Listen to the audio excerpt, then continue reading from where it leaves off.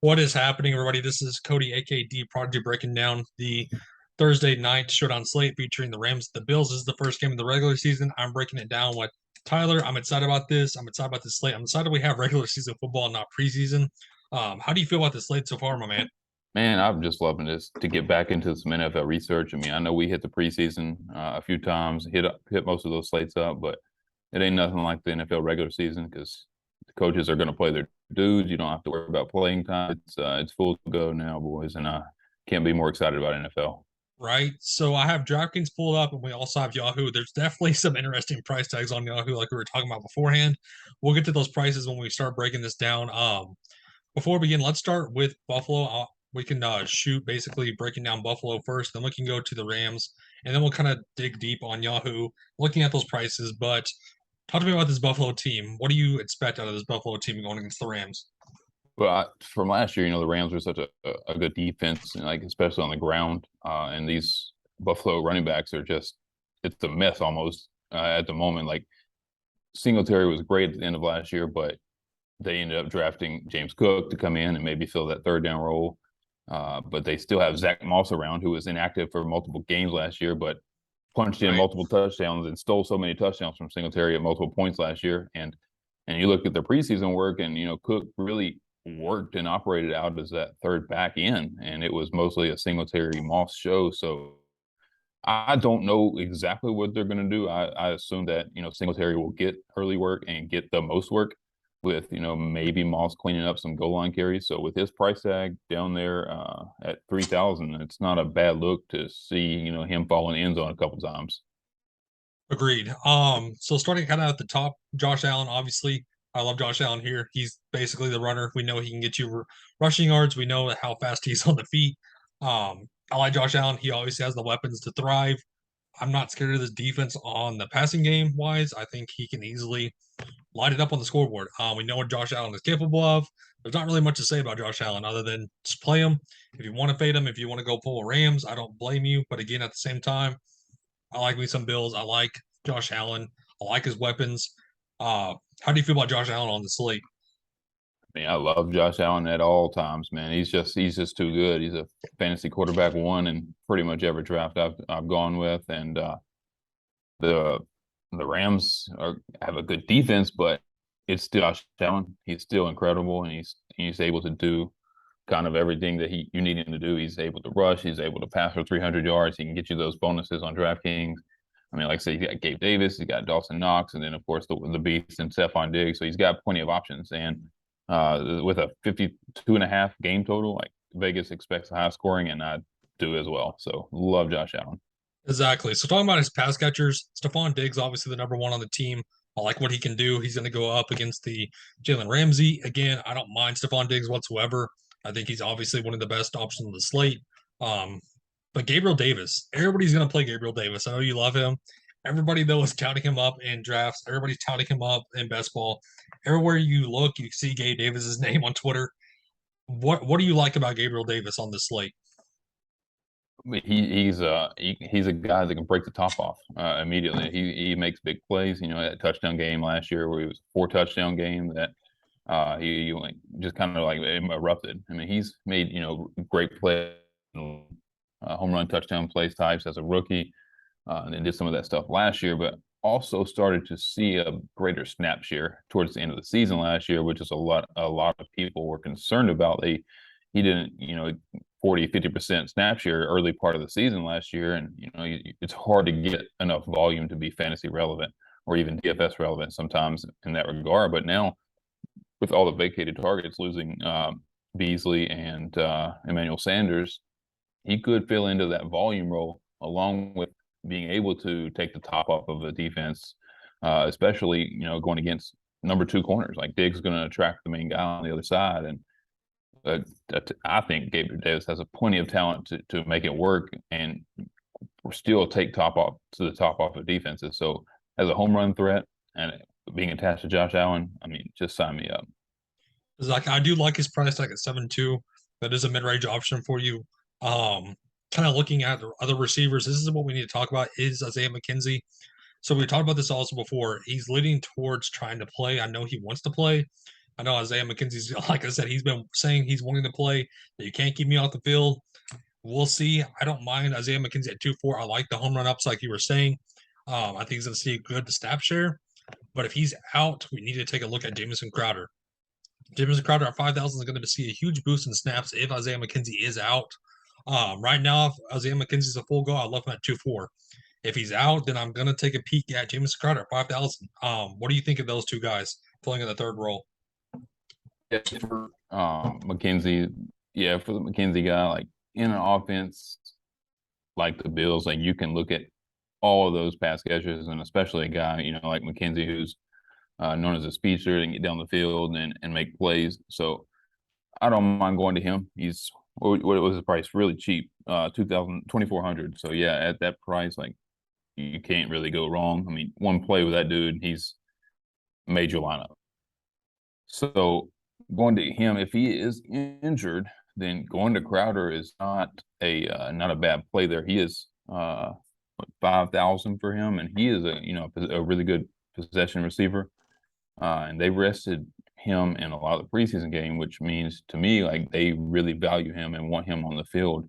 Now he may not start with McKenzie, but they have shown over the last couple of years they're willing to throw it to like those Emmanuel Sanders, those Cole Beasley types, and I think Crowder kind of takes on the role of both of those guys in ways that can get him in volume to make it relevant for this slate, and especially if obviously his quarterback being Josh Allen, you got to love that too. Exactly. One of those guys is going to fill in the slot, which is going to open up a ton, which will even open up more for Gabriel Davis, we know. But like I said, I like Isaiah McKenzie. I mean, they called him the Energizer hamster. He's so full of speed and ready to go on the field that you can't stop him when he's on the field. He's just so fast on the feet. He's ready to go. I don't mind Isaiah McKenzie at 2-4. I like the price tag that he's showing. I'm not really getting to any guys like Jake Kumaro or Isaiah Hodgins. I'm not really looking at those guys if it's going to be somebody. It's going to be Isaiah McKenzie. What do you think of Dawson Knox at 6'8"? He's another one of those guys that kind of broke out last year because of his touchdown equity. He ended up with 6 touchdowns last year inside of the 20-yard line alone. So he was a big-time red zone guy. I think he was 20th in total red zone targets. He received 18 total red zone targets last year, 6 touchdowns inside the 20, and then another inside the 10-yard line. He was 10 targets, 7 receptions, and 4 of those went to touchdowns. So a big-time red zone guy, and I love the way he can just fall into the end zone at any time because he's obviously very heavily involved in that area of the field. Which I hate bringing this up, but I know he's going to play for a bigger reason this season, especially in the first game with the passing of his brother. I know he's going to want to go out there and show why he wants to play and why he basically is playing for his brother this season. We know that that's been a huge concern for him and why he hasn't been practicing. If you looked at that, but I think he's going to play for a bigger role. I think he's going to play for a bigger reason this season. I think it's going to show on the field. But at 6'8", I like the threat in the red And zone. Go ahead. yeah, he could almost fall in that 6,800 price tag. He could almost fall in that range of like almost being forgotten. Around he's a little bit more expensive than Allen Robinson, just right around the Gabe Davis, Devin Singletary range. So it's at a range where he might can go a little bit under on to what he can produce. Agreed. Running back wise, this is where it gets dicey. This is where I really don't know. That's the thing is I hate saying that I don't know, but what is happening with the running backs, Devin Singletary and Zach Moss at 3,000? Yeah, man, like you're saying, and like we talked about earlier, and it's hard to call what they're going to do. I mean, you can look at what they did at the end of last year with Singletary and give him the bulk of the carries, and he was getting 3-4 receptions a game as being that featured back. When they put Zach Moss as inactive, and like they said, go draft James Cook and try to get him maybe that role on third down as a good pass catching back. But then you look at the preseason usage, it's Zach Moss and Devin Singletary pretty much dominant with the ones, and it's not a lot of James Cook in that he's fully that third down or that third back, not even the third down back. So I'm just going to avoid James Cook most likely right here. Right. But I would look to Moss because of his red zone efficient. I mean, he's just so efficient in the red zone, and if they're giving him carries with the ones in the preseason, to me that indicates they still value his short yardage situations. And a slate with 52.5 over under, I you mean, want the guy who's going to go in. right, he vultured so many touchdowns from Devin Singletary at the goal line. Devin Singletary would run it up all up and down the field, and then all of a sudden you would see at the 5, there goes Zach Moss, I touchdown. mean, I mean, you'd see Zach Moss carry line last year at some points, like 4 carries, 3 yards, 2 touchdowns. It's just that kind of stuff is annoying for a Singletary owner. But I mean, in terms of a 1 game sample size for a DFS slate with that high scoring at $3,000 with a touchdown equity, I mean, he's going to make several of my lineups. Which we saw it in the preseason also with Zach Moss getting those TDs at the goal line. So kickers wise though, Tyler Bass, I don't mind this at 4,000. We know he can hit the long yards. I don't mind, especially in this over and under. If you want to go to him as just a GPP flyer. Defense wise, I'm not playing the Bills defense at 4-2. You can't make me play this defense against the Rams. There's no way. What do you think of kickers in the Bills? Yeah, I'll play Tyler Bass, of course. With an over under with set at 52.5, like there's going to be points scored. He's going to tag on a point every touchdown. And with the Rams and Bills defenses both being pretty good, they they can hold them up to a field goal and you can get those extra points. So I don't mind going to the kickers here. I'm definitely not touching the defenses. So Right. Going to the Rams, Matthew Stafford up top. I don't mind him whatsoever. Obviously at 10-8, he's a guy that I'm certainly looking at. What do you think of him and Cooper Cup? Playing them both, obviously.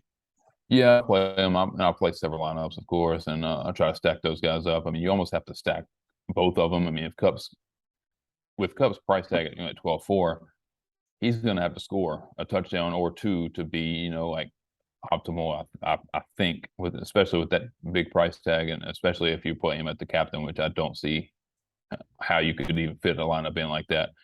But you'd have to pair him with Stafford because obviously if Cup gets a touchdown, Stafford will too. So that's a pair. If I'm playing one of them, I'm probably going to have to play both. Right. And then I do like the Allen Robinson at 6-2. He's certainly a guy I'm looking at in all formats. That's too cheap for him. I love him a ton. I don't mind going to him. And then the Van Jefferson's injury, that's something to look at. I don't think he's going to play, but he wants to play. If he's out, then maybe Ben. I don't mind going to him at 1-8 as a flyer. What do you think of receivers? Yeah, I'm definitely going to be targeting A-Rob. I mean, obviously the Bills have great corners with out there. I know Tre'Davious White is going to be out, but which would mean I can get the third best corner on the Bills. So I don't mind. I love Allen Robinson. He's a guy I'll even play at the captain spot. Since it's points or money and a half there, he allows me to do a lot with my lineup. But yeah, if Van Jefferson plays, I'll take some shots there. But if not, then I'll actually go to Tyler Higbee at tight end outside of taking one of those other wide receivers. I love Tyler Hibbett. It's 5'6". He's going to be a red zone threat. I think he's going to be a GPP pivot, certainly. And my lineups, especially if Van Jefferson is out, he's going to be the go-to guy for Matthew Stafford, obviously in the red zone. I don't mind going to him whatsoever. Again, 5'6" is a great price tag for him. Running back wise, this is where again it gets dicey. This running back slate is not the greatest at all. Cam Akers 8,000. Again, that's kind of highly priced. And then Daryl Henderson 4-8 when they both been dealing with injuries. What do you think of the running back situation? Yeah, it's one of those things where both have been, coming off injuries, hadn't practiced fully in 2 weeks, I believe the report were. And, Akers, towards Achilles last year and came back in the later part of the season and into the playoffs and didn't look good. But granted, he was playing against some of the top defenses, top run defenses. And so he didn't look as polished, but he's had an off season to even get injured again. So unfortunately, Right. with both of them coming back from injuries, I don't know who they'll go with. Predominantly, I would assume Akers, but I'm not really positive, and I'm not really loving either one of those two dudes against this tough run defense of the Bills. And they gave up the 9th fewest running yards last year, or the 9th fewest fantasy to opposing running backs last year, 11th fewest yards, and only 57 total receptions throughout the year. That's a very elite Bills defense to the running backs. So if I'm playing one, I'm going to go down to the cheap one and just play Henderson. Right. And then defense wise, again, Rams, I'm not really looking at it against the Bills offense. Like I'm Pop, Matt Gay, I'd much rather go to Tyler Bass. What do you think of the defense and the kicker? Yeah, I'm not touching defense again on this slate. I just think there's two elite offenses like this, and we've seen what the Kansas City Buffalo game in the playoffs last year. It's just two great offenses just going at it, and it's hard to want to target a defense in this case. I mean, they would very low owned if you want to take that route, but just not something I'm looking into. But yeah, I'd prefer Tyler Bass to Matt Gay, but Matt Gay still could have plenty of opportunities himself just because of this high total. So I don't mind him either. But like you said, I probably prefer Bass to Gay, but I will definitely be having both in lineups. Agreed. And then kind of looking over Yahoo, some of the prices are definitely intriguing to me. Kind of just skimming through. When you have Cam Akers $18, I don't mind that whatsoever. Allen Robertson's only $15 on Yahoo, which is priced next to Daryl Henderson and Isaiah McKenzie. That's crazy to me. I'm going to get Yeah, all the shares of Allen Robertson here. yeah, it's almost like he can't fail you at $14 on Yahoo. I mean, he goes in as a top 2 receiver on the team, playing against the Bills' third cornerback. I mean, it's just too easy, and that price tag is absolutely a joke. Tyler Hibby, $13. Red zone threat. When you have Zach Moss also at $10 bare minimum, and Jamison Crowder, who's bare minimum at $10, both are in line to play. I don't mind that with Zach Moss with a TD potential and Jamison Crowder in the slot. If Isaiah McKenzie's out, both those guys are bare minimum on Yahoo right now. It looks like you're going to almost be able to play whoever you want to there on Yahoo, and just strike just about hitting the right combination of guys, especially with the salary relief that they give you with some of these top options. I mean, Allen Robinson on Yahoo is just an absolute ridiculously steal. I mean, that's almost a lock. Exactly. I do like also, like I said, Dawson Knott at $16. That's cheap. Cam Akers priced next to Bryce Perkins at $18. It Too makes no cheap. sense. Gabriel Davis 22, priced next to John Wolford. Again, these prices are atrocious. I'm filling all my lineups in on Yahoo easily. What do you think of this slate on Yahoo? You loving it? Yeah, man, I do. I mean, you get the flexibility of hitting pretty much any combination you like. I mean, if you want to get up and play both quarterbacks, it's not going to be a problem at all over there. And they have a pretty good contest over there. It's 25K up top. I don't even know, is that 150 max, I believe. I believe so, I yeah. mean, yeah, they have a great tournament on there, and I'll definitely throw quite a few lineups over there. I enjoy playing on Yahoo. So with the pricing, the combinations, and the 25K up top, yeah, you sign me up. Right. So that kind of wraps up this video for us, guys. Again, thank you for coming on, Tyler. I know we're going to break down more in the season. I cannot wait for the regular season slates. I'm excited about the Showdown slate. We have NFL officially coming in what, 7 days? Seven Less than days. a week. Like I said, I'm excited about this. I cannot wait for this tournament.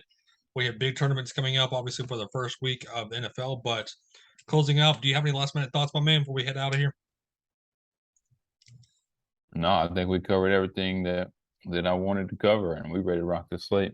Right. So you can find him on Twitter. I'll add his Twitter links in the description below. You can find mine. Like I said, we'll be here all regular season breaking down slates. I'm excited about this slate, but thank you for tuning in. I hope it's a great, safe rest of the night. Have a good one, everybody. Peace.